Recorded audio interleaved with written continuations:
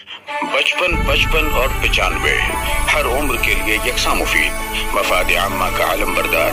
जरूर सब्सक्राइब करें, लाइक करें, शेयर करें और बेल आइकन प्रेस करना न भूलें। Rabbani the scholar YouTube channel.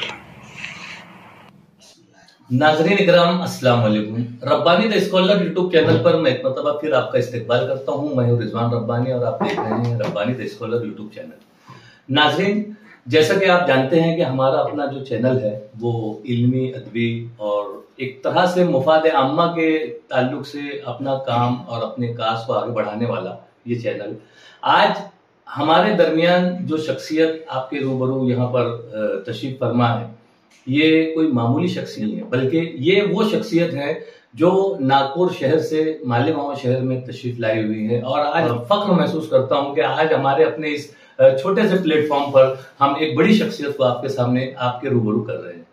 मेरी मुराद है साकिब पारिक साहब, जो कि एक कॉमर्स ग्रेजुएट हैं और बिजनेसमैन हैं, लेकिन साथ में आप जिस काम को लेकर चल रहे हैं और आप जिस खानवादे से ताल्लुक रखते हैं, आइए हम जानते हैं कि साकिब पारिक साहब के पीछे क्या ऐसी चीजें हैं जो आज हमारे दरमियान ये यहाँ मालेगांव शहर में तशरीफ लाए हुए हैं। मैं साकिब पारिक साहब आपका बहुत बहुत वेलकम, शुक्रिया और खुशामदीद कहता हूँ, आपका शुक्रिया अदा करता हूँ कि आप हमारे मालेगांव शहर में तशरीफ लाए और हमारे Rabbani the scholar YouTube channel पर आप यहाँ पर मौजूद हैं और अवामुल नास को और हमारे नाज़रीन इकराम को जो है आप मुस्तफिज करने वाले हैं। मैं चाहूंगा कि आप एक मुख्तसर सा तारुफ, चूंकि आपका जो काम है वो अज़हर न शम्स है और सारी दुनिया देख रही है आपका काम, लेकिन मैं चाहूंगा कि आप अपनी जबान से अपना जो काम है, अपना जो मकाम है वो बताएं।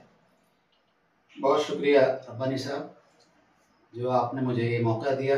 मैं अल्लाह का शुक्र अदा करता हूँ, उस मालिक का जो रब्बुल आलमीन है, हम सब की परवरिश कर रहा है, हम सब का मालिक, सस्टेनर, क्रिएटर, जिसने हमें ये ज़िंदगी बख्शी। और सबसे बड़ा, ऐसे तो बेशुमार एहसान हमारे मालिक के हम पे हैं, सबसे बड़ा एहसान कि उसने अपनी किताब से हमें करीब किया। अब मैं अपने बारे में, जो मेरे बारे में आपने बात कही, तो पहले तो मैं कह दूं कि मैं कोई स्कॉलर, कोई आलिम, कोई क्वालिफाइड पर्सन नहीं हूँ। एक कॉमन मैन हूँ, आम आदमी हूँ। नाम मेरा साकिब, मेरे वालिद अब्दुल गफूर और दादा मोहतरम जिनका नाम आपने लिया, जिनको आप लोग हज़रत मौलाना अब्दुल करीम पारिक रहमतुल्लाह अलैह के नाम से जानते हैं। अब जो आपने बाकी बातें कही कि तालीमी तौर पे अल्हम्दुलिल्लाह कॉमर्स का ग्रेजुएशन अल्लाह ने करवाया जी, और मैं अल्लाह का जितना शुक्र अदा करूँ उतना कम है कि मौलाना अब्दुल करीम पारिक के ख़ानदान में अल्लाह ने मुझे पैदा किया और हज़रत ने बचपन से हम लोगों की तरबियत, आप यकीन न करें, नाश्ते के टेबल पे हमको कुरान पढ़ाया। हज़रत के पास में वक्त इतना नहीं होता था, इतना सफ़र, और हज़रत खुद बहुत बड़े ताजिर थे अल्हम्दुलिल्लाह। आखिरी उम्र तक मजदूरी से स्टार्ट हुआ करियर और एंड में जाकर के एक कामयाब ताजिर अल्हम्दुलिल्लाह वो साबित हुए। अल्लाह ने उनकी बहुत मदद की।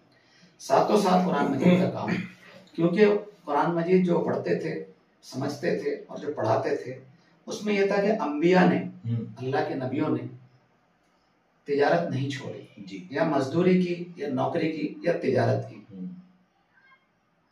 कालू माल हाज़र रसूल याकुल ताम व यमशी फिल अस्वाक। मक्का के काफिर कहते थे कि एक ऐसा रसूल है तो खाना भी खाता, बाजारों में मूव करता है। तो बाजारों में कौन मूव करेगा? चाहे मजदूरी करेगा, चाहे नौकरी करेगा, चाहे तिजारत करेगा जी।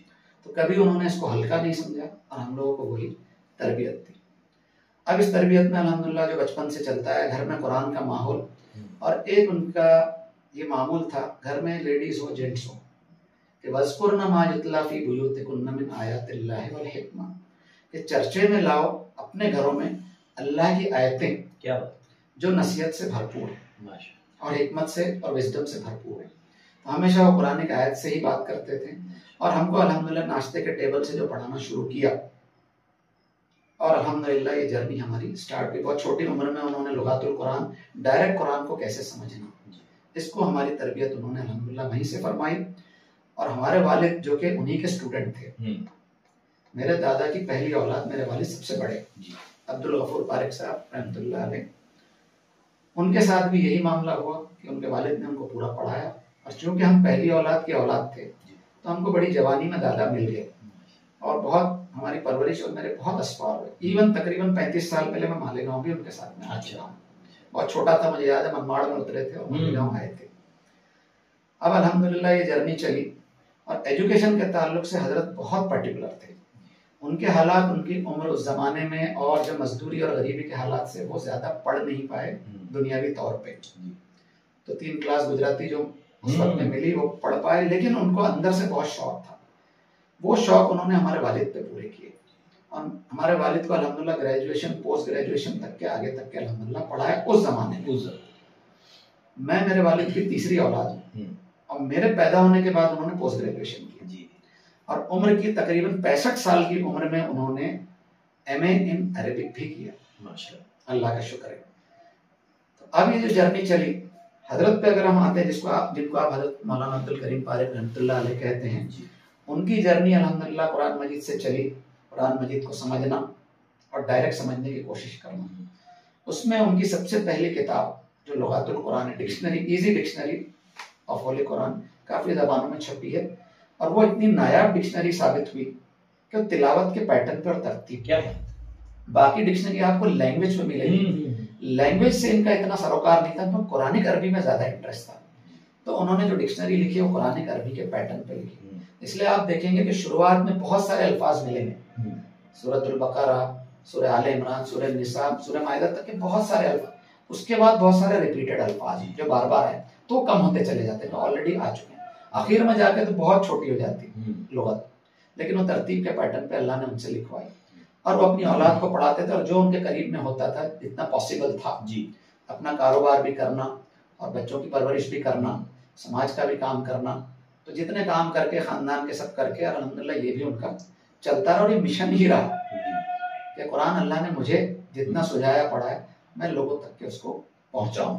क्या अब इसमें 2 चीजें होती है, एक होता है कि मैं पढ़ करके, तकरीर करके, दर्स करके सुनाऊं, और एक है कि मेरे अमल से वो रिफ्लेक्ट हो। आप देखिए अंबिया कराम का भी यही था कि उनका कैरेक्टर रिफ्लेक्ट करता था और इसी की उन्होंने कोशिश की। अब जिंदगी भर उन्होंने अपनी कोशिश की। वो जमाना था, रिसोर्स बहुत कम थे, लेकिन मैं नहीं समझता कि कोई जमाना बैकवर्ड होता है। हर जमाना अपने हिसाब से फॉरवर्ड ही होता है। जैसे आज हम 2024 में अपने आप को ये सब लगा करके, इंटरनेट और कंप्यूटर और मोबाइल लगा के, लैपटॉप लगा के हम बहुत तरक्की याफ्ता समझ रहे हैं। आज से 100 साल बाद का इंसान हमको सोचेगा कि हम बैकवर्ड थे।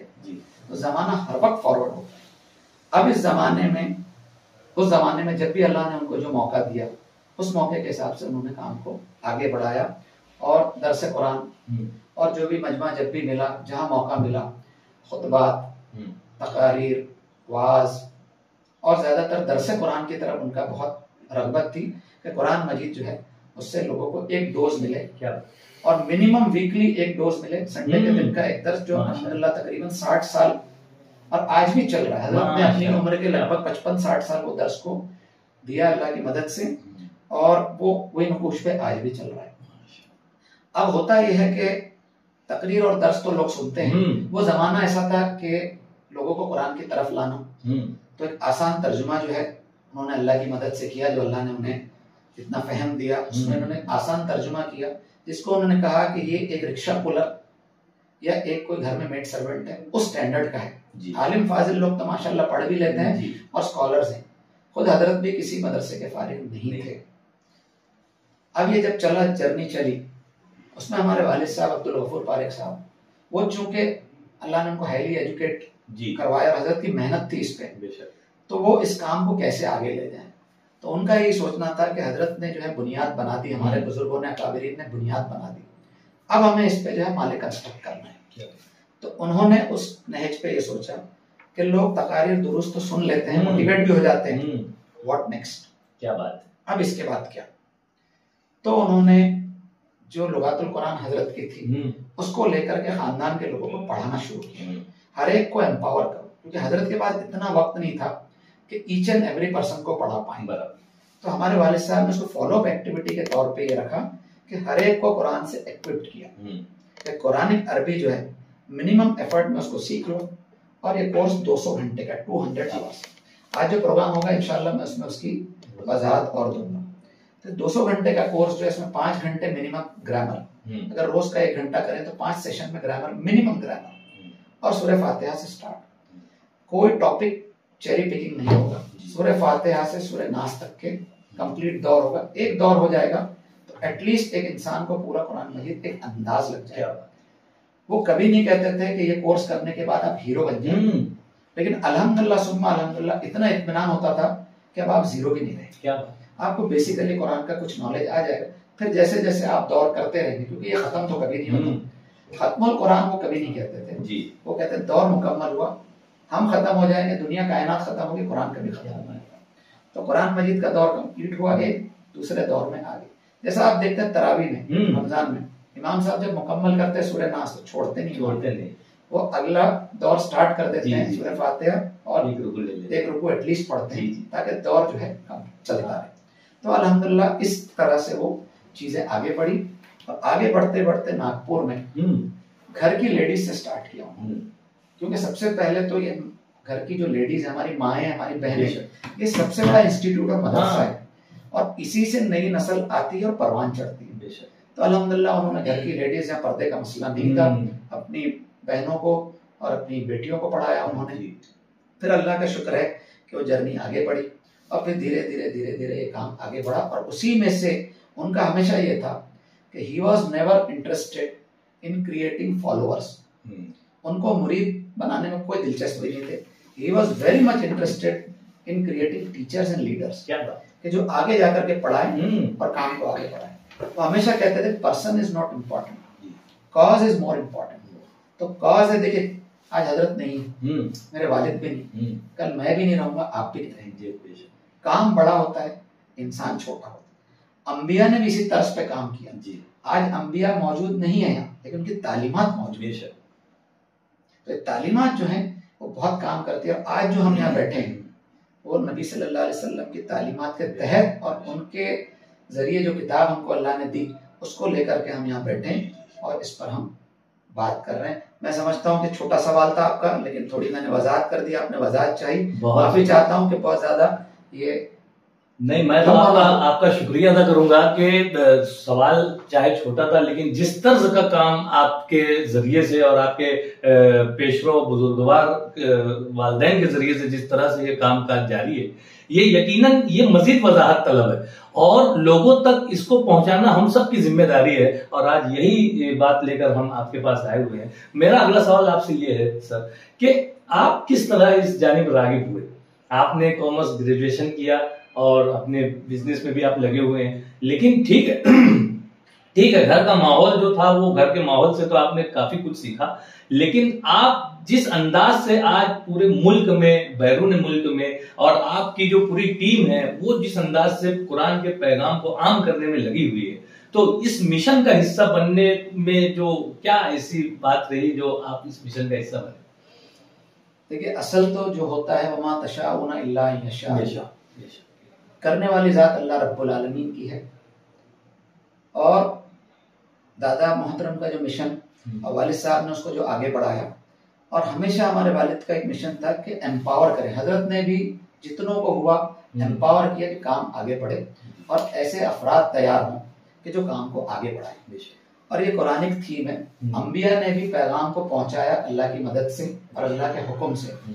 और फिर रसूलुल्लाह सल्लल्लाहु अलैहि वसल्लम की जो हदीस शरीफ के ज़ख़ीरे में जिसको कहते हैं कि आखिरी हदीस है, मुझे नहीं मालूम आखिरी है कि क्या है, लेकिन वो बल्लिगु अन्नी वलौ आया औ कमा क़ाल अलैहि सलातु वस्सलाम, कि पहुंचाना, अगर मुझसे एक आयत भी आप तक पहुंची है, मिली है, तो उसको जरूर पहुंचाना। क्या बात। तो आपको मुझे तो पूरा कुरान मिला है, अब हम कितना उसको पहुंचा सकते हैं। अब पहुंचाने में एक ये होता है कि मैं यहाँ ओपन करूं और पढ़ना शुरू करूं और लोगों को पहुंचाऊं, और एक है कि मैं उसको पढ़ूं, खुद अमल करूं और मेरे अमल से वो रेडिएट एंड रिफ्लेक्ट हो सोसाइटी पे। तो हजरत ने भी ये मेहनत की, वालिद साहब ने भी यही की। और जो खानदानी माहौल की आपने बात की, मैं अल्लाह का जितना शुक्र अदा करूं क्या उतना कम है कि अल्लाह ने मुझे ये मौका दिया और हमारे बुजुर्गों की मेहनत। और हजरत के साथ भी बहुत सारे अस्पार हुए, बड़े बड़े उलमा और बहुत बड़े बड़े थिंकर्स एंड फिलोसोफर से अल्लाह ने मिलने का मौका दिया। छोटी उम्र से एक एक्सपोजर अल्लाह ने दे दिया। और हजरत की तरबियत बहुत सख्त थी इस मामले में। कुरानिक मामले में वो कभी भी कॉम्प्रोमाइज नहीं करते थे। इतना कुरान तो पढ़ना ही है, इतना सबक तो सुनाना ही है। आज इतना सबक आपका है, सुनाना है। आप इतने टाइम में स्कूल भी जाना है, कॉलेज भी पढ़ना है, एजुकेशन भी लेना और ये भी करना है। और जो आप दिन भर के जो मामला हैं, बिजनेस भी करना है, छोटी उम्र है तो खेलना भी है। लेकिन खेलना भी तो कंपाउंड में खेलना है, तो हम दिखते थे। फिर मगरिब बाद आओ, मुझे सबक सुनाओ, सुबह के नाश्ते में पूरा नहीं हुआ तो शाम में पूरा करो। और ये करते करते वालिद साहब को अल्लाह ने दिया कि he was a very organized man. तो एक सिस्टम को लेकर के वो आगे बढ़े और अल्लाह ने जो है वो एक एक एक एक फर्क जो है उनके साथ में जोड़ना शुरू किया। ये कोई भी मेरे वालिद के साथ नहीं जुड़े, ये कुरान मजीद के साथ। क्या बात। और हमेशा वो कहते थे कि जिस दिन मैं कुरान छोड़ दूं आप मुझे छोड़ देना, बट अल्लाह के कलाम को कभी मत छोड़ना। तो उन्होंने कभी कोई फिरका, कोई जमात, कोई, इसलिए आपको कोई नाम ही नहीं मिला। Quranic Arabic classes. अब आप चेन्नई चले जाएंगे तो वहाँ लोग काम कर रहे हैं, बेंगलोर कर रहे हैं, बॉम्बे में अल्हम्दुलिल्लाह बहुत बड़ा काम अल्लाह ने दिया। 25 साल मेरे वालिद बिला नागा लगभग हर महीने एक हफ्ता वहाँ रहते थे। तो जिसको कहना चाहिए हिंदी में कि वो उनकी कर्म भूमि थी। नागपुर उनकी जन्मभूमि थी, वहां तो उन्होंने काम किया, लेकिन बम्बई में अल्हम्दुलिल्लाह जो है उनकी कर्म भूमि रही। और आज बम्बई में इतनी क्लासेस चल रही। और मैं आपको एक बात और बता दूं कि हम अल्हम्दुलिल्लाह किसी भी मसलक की कोई बात ही नहीं करते। कोई मसलक, कोई फिरका, कोई जमात से नहीं, सिर्फ और सिर्फ अल्लाह का कलाम, नीट एंड क्लीन, अनपॉल्यूटेड। इसके बाद में आप पढ़ के समझ लें उस लैंग्वेज को। जैसा देखिए आप और मैं अभी उर्दू हिंदी में बात कर रहे हैं, अंग्रेजी भी आपको आती है अल्हम्दुलिल्लाह, मुझे भी थोड़ी बहुत आती है।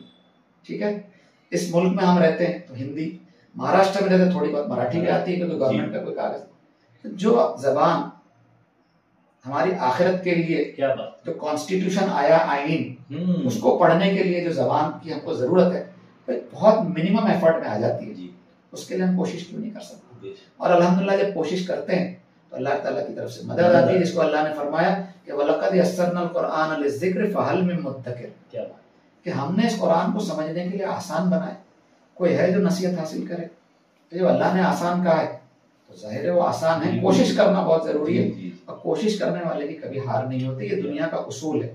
ये कोशिश की कोई स्कॉलर, कोई आलिम नहीं है, एक अदना सी कोशिश है। और हम अपने आप को, मैं रहूं चाहे मेरे कोई भी साथी रहे, अपने आप को हम्बल स्टूडेंट ऑफ कुरान कहते हैं। आज भी हम तालिबे इल्म हैं, कोई टीचर नहीं है, कोई मुअल्लिम नहीं। असल बात अगर है तो अर्रहमान अल्लमल कुरान, अल्लाह रब्बुल आलमीन अर्रहमान, वही कुरान की तालीम देते हैं। तो फिर लोग पूछते हैं आप क्या करते हैं? हम ज्यादा से ज्यादा कोऑपरेटर हो सकते हैं, आपको कोऑपरेट किया, या फैसिलिटेटर हो सकते हैं कि आपको एक फैसिलिटी प्रोवाइड की, या टेक्नीशियंस हो सकते हैं कि आपको एक टेक्निक बताई। इल्म तो वही देगा, नहीं दे। इल्म देना मेरा काम नहीं, किसी का काम नहीं। सर चश्मा अगर इल्म का है तो अल्लाह रब्बुल आलमीन है, और उसी के नूर से, ये नूर जो हमारे हाथ में, जिसको अल्लाह ने कहा कद जाकुम मिनल्लाहि नूरुन व किताबुम मुबीन, कि तुम्हारे पास अल्लाह की तरफ से नूर, एनलाइटनमेंट जिसको अंग्रेजी में कहते हैं, ऐसी रोशन चीज आ गई है कि जिससे तुम्हारी जिंदगी और आखिरत दोनों, दुनिया आखिरत दोनों संवर सकती है, बशर्ते के उस पर उतनी मेहनत की जाए। और आपसे मैं ये बात भी कह दूं, और तमाम हमारे नाजरीन से, कि 2 वक्त की रोजी रोटी कमाने को भी मेहनत लगती है जी। तो इतनी बड़ी जन्नत और मग़फ़िरत कमाने के लिए थोड़ी मेहनत नहीं लगेगी। मेहनत तो करनी होगी, लेकिन इंसान का मामला ये है कि वो इस मेहनत से कोताही करता है। अगर ये मेहनत से हम थोड़ा सा इससे जुड़ जाएं और कलाम अल्लाह से जुड़ जाएं, ओनली कुरान मजीद की जो अरेबिक है, डायरेक्ट मतन कुरान, उससे हम जुड़ जाएं, तो इंशाल्लाह ये बात जो है वो अवामुन नास तक पहुंचती है। और अल्हम्दुलिल्लाह सुम्मा अल्हम्दुलिल्लाह, हर फिरका या हर किस्म के लोग, हर ग्रुप ऑफ पीपल, चाहे वो अपने आप को मुस्लिम कहते हों, चाहे वो अपने आप को सिख कहते हों, चाहे वो अपने आप को पारसी कहते हों, चाहे अपने आप को मुस्लिम में शिया कहते हों या सुन्नी कहते हों, चाहे वो अपने आप को क्रिश्चियन कहते हों, अल्हम्दुलिल्लाह सुम्मा अल्हम्दुलिल्लाह अल्लाह ने मौका दिया कि कुरान मजीद की बात हम करते हैं। और कुरान मजीद जो है वो ह्यूमन हेरिटेज करके हम बात करते हैं, क्योंकि न वो आपकी किताब है ना मेरी किताब है, वो अल्लाह रब्बुल आलमीन की किताब, वो रब जो सामने वाले का मिला है, तो उसे कहना पड़ता है कि ये आपके मालिक की वाणी है, ये आकाशीय पुस्तक है। तो हम लोग अपने आप को स्क्रिप्चरल स्टूडेंट कहते हैं, स्क्रिप्चरल स्टडी हम करने की कोशिश करते हैं और अपने आप को उसका स्टूडेंट कहते हैं। और जब भी आप आकाशीय पुस्तक से और ग्रंथ से बात करते हैं तो इंशाल्लाह कभी कंट्रोवर्सी नहीं आएगी, क्योंकि इतनी आकाशीय पुस्तक है जिस भी रूप में आज मौजूद है, किसी में भी चोरी जायज नहीं, माँ बाप के साथ बदसलूकी करना किसी में जायज नहीं, बदअहदी करना, झूठ बोलना जायज नहीं है। तो ये सारी चीजें तो गलत ही है। तो जब अगर हम कॉमन कॉज पे बात करते हैं, जिसको कुरान ने भी कहा कि अहले किताब से अगर बात करना है तो कुल या अहलल किताब ताअलू इला कलिमतिन सवाइन बैनना व बैनकुम अल्ला नअबुद इल्लल्लाह वला नुशरिक बिही शैआ, कि अहले किताब से जब बात करना है तो आप कहिए कम ऑन, आप आओ, हम कॉमन टर्म्स पे बात करते हैं। और कॉमन टर्म क्या है? अल्लाह नअबुद इल्लल्लाह, हम बंदगी गुलामी एक मालिक के अलावा किसी की नहीं करेंगे। क्या वो मना करे? एक मालिक का तस्वुर हर जगह है, ठीक है, बाद में करप्शन आ गया, शिर्क घुस गया, एक अलग चीज है, लेकिन अगर हम एक मालिक की बात करते हैं, एक संविधान की बात करते हैं, और खुद कुरान मजीद जो है वो इसकी कड़ी है। अब पहले दिन से यही आईन, यही कॉन्स्टिट्यूशन और यही संविधान है जिसकी फाइनल एडिशन कुरान मजीद का है। ये कोई नई चीज नहीं, और खुद रसूलुल्लाह सल्लल्लाहु अलैहि वसल्लम की दावत भी कोई अनोखी और नई नहीं है। और ये बात भी जो है हमें मामूल दिया गया हमारे बड़ों से, बात करें तो कुरान से करें, एटलीस्ट कुरान का रेफरेंस हो, मिनिमम एक आयत का रेफरेंस हो, अगर ना हो तो आपकी बात कुरान मजीद की कोई आयत से टकराए नहीं। क्या ये बात जो मैंने कही रसूलुल्लाह सल्लल्लाहु अलैहि वसल्लम की नबूवत, इसके बारे में कुरान कहता है, आई थिंक आयत नंबर 46 में 9 नंबर की आयत होनी चाहिए, सूरह 46 आयत नंबर 9 के कुल मा कुन्तु बिदअम मिनर रुsul, ऐ नबी सल्लल्लाहु अलैहि वसल्लम आप इंसानों से कह दो कि मैं कोई अनोखा और नया नबी नहीं, मैं कोई अनोखा और नया पैगाम लेके नहीं आया, मैं तो वही लेके आया जो कड़ी चली आ रही, मैं उसको सर्टिफाई करता हूँ, मुसद्दिक़न लिमा बैना यदैहि, मैं तुम्हारी बातों को रिजेक्ट नहीं कर रहा, जहाँ थोड़ी गड़बड़ हो गई है वो अल्लाह ने मुझे बताया और मैं तुमको बता रहा हूँ, मेरे अख्तियार में नहीं। देखिए आप कुरान मजीद आपने पढ़ा होगा, कुल से बहुत सारी, कुल का मतलब क्या है? आप इंसानों से कह दो, आपका अपना प्रोग्राम नहीं है, ये अल्लाह रब्बुल आलमीन का प्रोग्राम है, जो रब ताला कह रहे नबी सल्लल्लाहु अलैहि वसल्लम आप इंसानों को बता दो। और नबी सल्लल्लाहु अलैहि वसल्लम के शान में कहा वमा यंतिक़ु अनिल हवा इन हुवा इल्ला वह्युन यूहा, हमारे नबी की शान ये है कि अपने मन से कुछ नहीं कहते, वो तो वही कहते हैं जो उन पर वही की जाती है। तो वही कलाम अल्लाह, किताब अल्लाह, उसकी बाउंड्री से बाहर ना जाए, ये कुछ हमें तालीम दी गई। हम कोशिश यही करते हैं एज ए ह्यूमन, हम और आप इंसान हैं, गलतियां बहुत हो सकती है, अल्लाह ताला से हमेशा मैं माफी चाहता हूँ, आज भी मैं इस इंटरव्यू में अल्लाह से माफी चाहता हूँ कि कोई ऐसी गलत बात हो अल्लाह ताला मुझे माफ करे और आप लोग भी दरगुजर करें।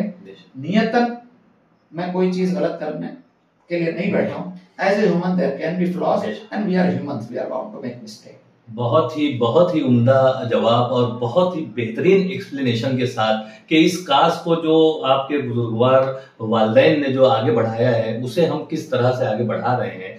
मैं अगला मेरा सवाल ये है सर कि इसकी जरूरत क्या है मौजूदा दौर में? एक जमाने से मतलब नबी सल्लल्लाहु अलैहि वसल्लम के जमाने से इस चीज की जरूरत रही है और दर्जा बदर्जा ये जरूरतें पूरी भी होती गई हैं, लेकिन मौजूदा दौर जो कि सोशल मीडिया का भी दौर है और एक इंतहाई पुरफितन दौर जिसे हम कहेंगे, उस दौर से हम गुजर रहे हैं। इस दौर में इसकी जरूरत, अहमियत और कुरान के पैगाम को आवाम नास तक पहुंचाने की जो जरूरत है वो कितनी बढ़ जाती है, वो आप बताएं। बहुत अच्छा सवाल किया, बहुत यानी 55 और 95 हर उम्र के लिए यकसा मुफीद, मफाद आम्मा का आलम बरदार। जरूर सब्सक्राइब करें, लाइक करें, शेयर करें और बेल आइकन प्रेस करना न भूलें। Rabbani the scholar YouTube channel. Rabbani the scholar YouTube channel इल्मी, अदबी, दीनी, मिल्ली, समाजी, सकाफती, तहजीबी, फलाही, तिब्बी, फन्नी, माशी, तिजारती, माशरती, इंतजामी, इनकलाबी, तहरीकी, तहकीकी, तकनीकी, तफ्तीशी, तामीरी, तालीमी व मालूमाती यूट्यूब चैनल जरूर सब्सक्राइब करें, लाइक करें, शेयर करें और बेल आइकन प्रेस करें। Rabbani the scholar YouTube channel.